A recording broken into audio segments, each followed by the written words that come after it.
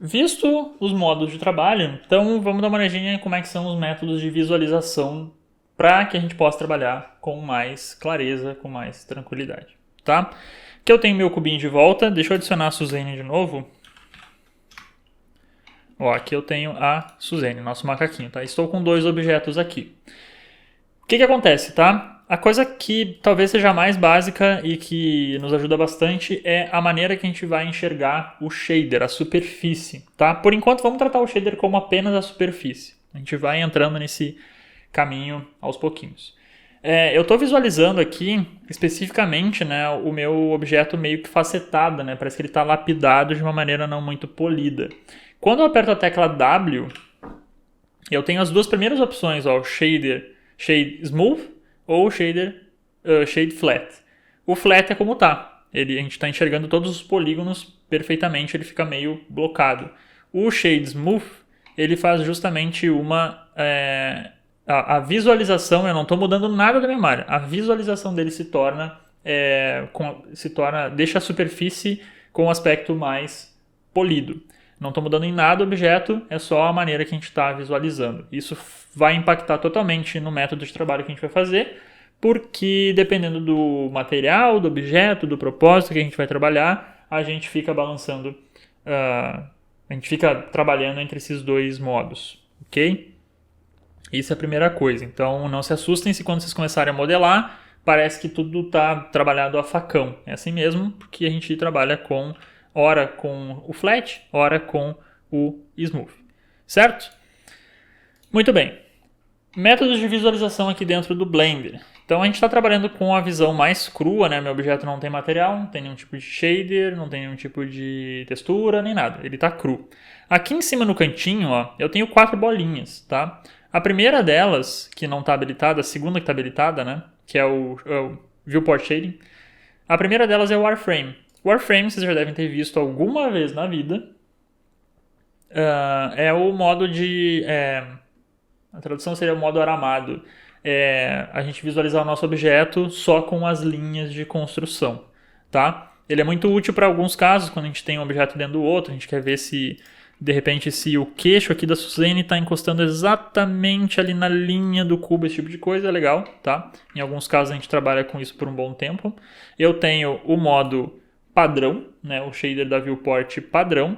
Eu tenho o terceiro ali, que é o viewport shading já tentando visualizar as coisas como elas vão ficar no modo final. Então é um preview, ele não é nem um render e não é nem o shader padrão. Então ele vai ter textura, ele vai ter, enfim, um detalhamento mais polido, esse tipo de coisa, para que a gente possa visualizar um pouquinho melhor. Reparem que até a iluminação aqui, mesmo eu não tendo nenhuma luz no meu ambiente, ele já está visualizando um pouquinho melhor. Então, a ideia é que a gente possa visualizar um pouquinho melhor.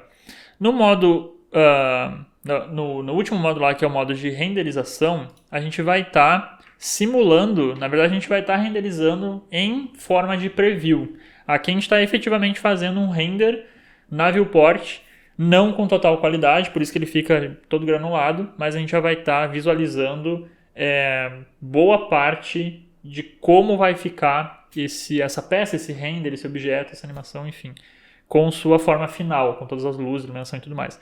Aliás, deixa eu colocar uma luz aqui, ó, coloquei um sunlight aqui, podem ver que aqui eu tenho sombra, ó, eu tenho sombra, tá? Eu tenho um detalhamento, pode ver que fica bem granulado. Aqui tá super básico e mesmo assim eu já tenho uma visualização um pouco melhor do que o meu shader padrão ou o meu modo intermediário aí de preview.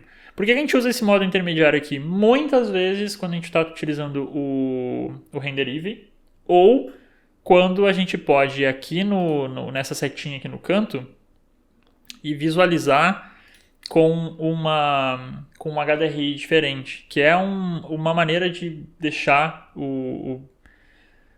a iluminação com mais qualidade, tá? Isso aqui a gente vai ver mais lá para etapa de render, mas eu consigo mudar aqui, ele dá uma ajustada, ó, no visual geral da minha peça, tá? Ó, e aqui no render também. Por que eu estou mostrando isso aqui? Porque na verdade o que me interessa mais, por enquanto, é o Warframe.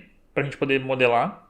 E também no modo Shading, a gente pode aqui no cantinho e mudar o tipo de iluminação aqui do estúdio para o Matte Cap, que é uma das coisas que eu mais utilizo para conseguir visualizar se a modelagem está seguindo uma boa padronagem. Porque às vezes, visualmente falando, que nem tá o macaquinho aqui, a peça parece estar legal. Aí quando a gente joga uma luz, alguma superfície está com uma triangulação, está com uma sombra estranha, está com um corte que não deveria, e não necessariamente é um erro nosso. Na maioria das vezes acaba sendo, mas às vezes pode ser só a maneira que a topologia ficou, mesmo ela estando certa, ou correta, ou adequada, a topologia não é boa o suficiente, ou a gente tem que fazer ela de um jeito diferente para que tenha uma superfície mais, enfim, mais polida, ou não, às vezes é o contrário, está muito polida, eu quero que ela fique mais flat, mais dura. Então aqui a gente consegue utilizar alguns métodos diferentes. Por exemplo, aqui a Suzane parece que está tudo bem, joia. Se eu colocar esse aqui, que é o modo para visualizar como se fosse normal map, ó, eu estou no Matte Cap, clica na bolinha, ó, o Studio Light aqui do normal map, a gente consegue enxergar em forma de cores, né, como que está o volume da nossa peça. Ou então eu posso dar uma olhadinha aqui nesse material que eu utilizo bastante, que eu uso para recorrer o reflexo. Então eu consigo entender bem como é que está o reflexo. Tá vendo que aqui, ó, dependendo de como eu tô com a minha câmera, o meu ponto de vista, a luz bate no objeto e dependendo do meu ponto de vista eu consigo enxergar um reflexo diferente. É a mesma coisa quando a gente está com uma tela reflexiva e eu viro e dá aquele brilho no meu olho. Só que nesse caso, isso aqui é muito estranho, isso aqui não deveria estar acontecendo desse jeito. Pelo menos não naturalmente, a não ser que seja a ideia. Mas é meio esquisito a luz deformar desse jeito aqui. Então, talvez eu tenha que mudar minha malha, talvez eu tenha que deixar ela mais polida, talvez eu tenha que adicionar um loop de vértices, enfim, daí depende do que a gente está fazendo. É muito bom para a gente visualizar reflexos. Aí reparem que o nosso cubo, ele é totalmente retão, ó, ele é liso, tá? Outro também que eu utilizo bastante, na maioria das vezes para modelar, é esse daqui que é o mais ameno aqui, que é um Studio Light que é meio, ele é branco? Ah não, é o modo clay aqui que ele chama. Esse aqui é legal porque ele nos dá uma boa noção de forma aqui. Eu consigo trabalhar também com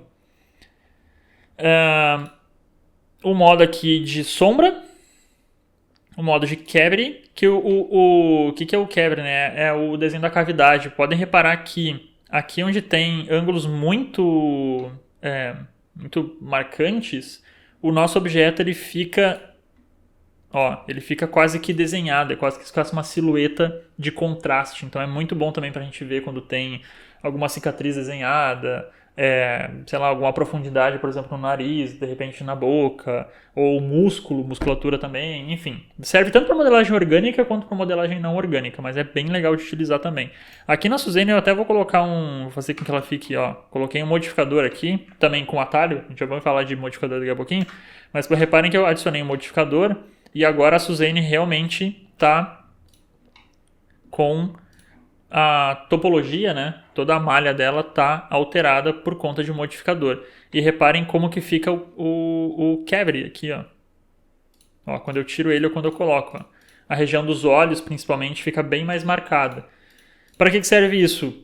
Como eu acabei de falar, para marcar mais. Às vezes a gente quer, às vezes a gente não quer. Depende do estilo, da modelagem, enfim, da arte e tudo mais, tá? A sombra também, ó, tem a mesma ideia. Eu posso colocar sombras mais presentes ou menos presentes. A gente pode trabalhar com diferentes tipos aqui. Se eu tenho uma textura no meu objeto, por exemplo, eu posso trabalhar com textura ou sem textura. Eu posso trabalhar no modo random, que eu gosto bastante. Que conforme eu for adicionando objetos, o Blender vai sorteando cores para que a gente tenha, para que a gente saiba quando são objetos diferentes, tá?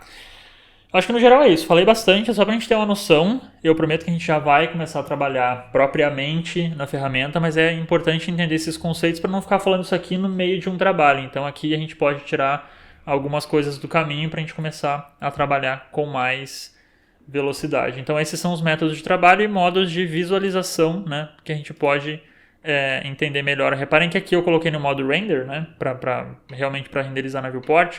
E os objetos ficam todos da mesma cor, porque todos eles estão sem material, então por padrão, né, por default, eles ficam com esse tom cinza bem clarinho. Quando eu volto para o modo de trabalho ali do shader, Como eu escolhi a opção Random, ele fica com os meus macaquinhos ali de cores diferentes. Certo? Espero que tenha sido claro aqui o que a gente vai começar a utilizar de atalho, de navegação, enfim. E vamos para a próxima etapa.